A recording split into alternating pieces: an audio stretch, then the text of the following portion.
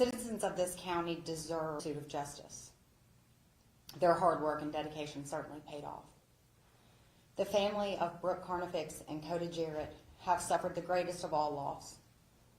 They have suffered more, endured more, and survived more than any family should have to. Brooke was a daughter, a sister, a mother, and aunt, and all good things that families are built on. Coda was a bright light to his family, to his friends, his school, and his community. While those who knew and loved these victims will never be the same, we only hope that the convictions of first-degree murder, second-degree murder, and use and presentment of a firearm bring some semblance of peace and justice to this fractured family.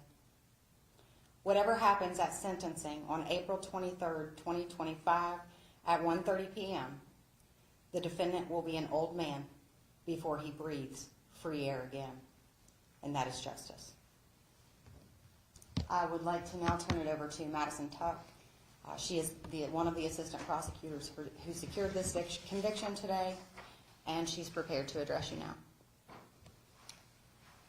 I want to take the opportunity to express my condolences to the families of the victims, both victims, and to thank the attorneys and staff of the Kanawha County Prosecutor's Office for their continued mentorship, guidance, and tireless support.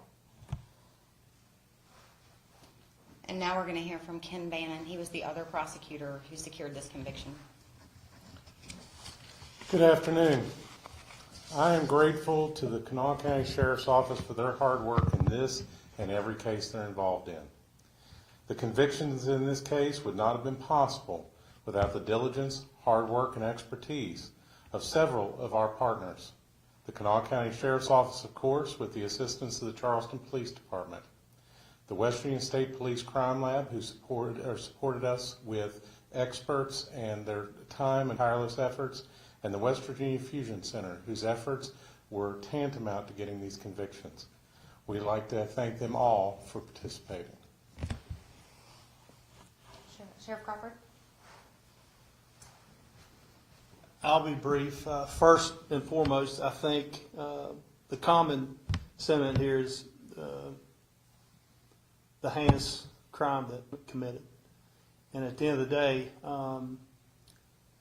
we still have to do our job, and we still have to filter through those emotions and continue to do what we do. And I think this is a fine example. If you look at the men and women behind us, they're professionals. They've done a great job on this case.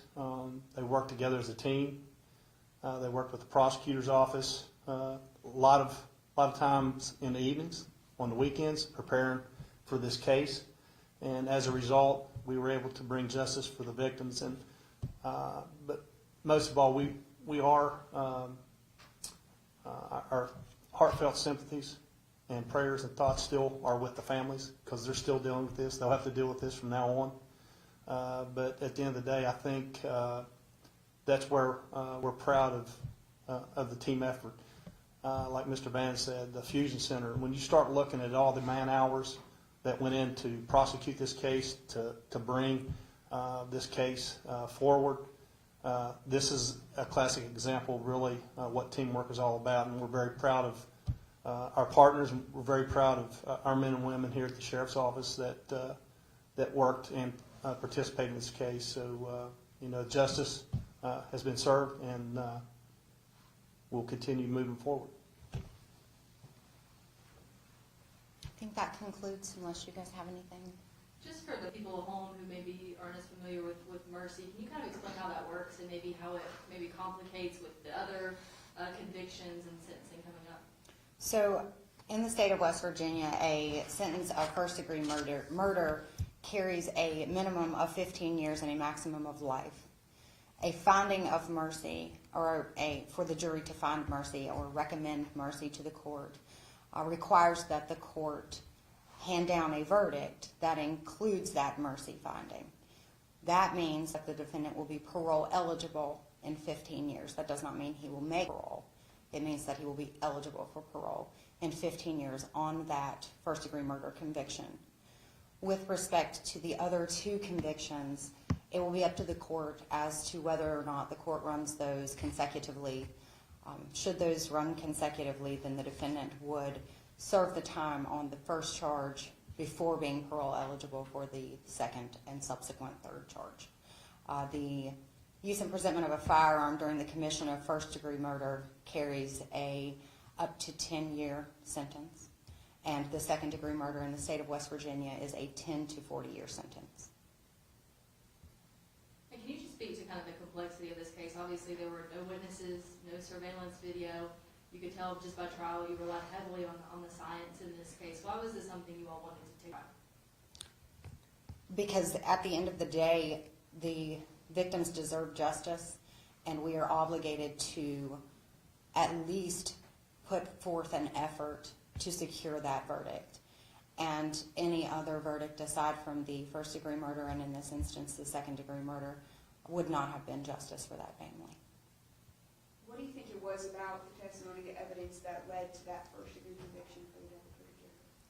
I hate to speculate what the jury was considering. I do know there was a lot of scientific evidence. I do know there was a lot of testimonial evidence. And so I'm sure that the jury deliberated on all of the evidence that was put before them and reached this verdict.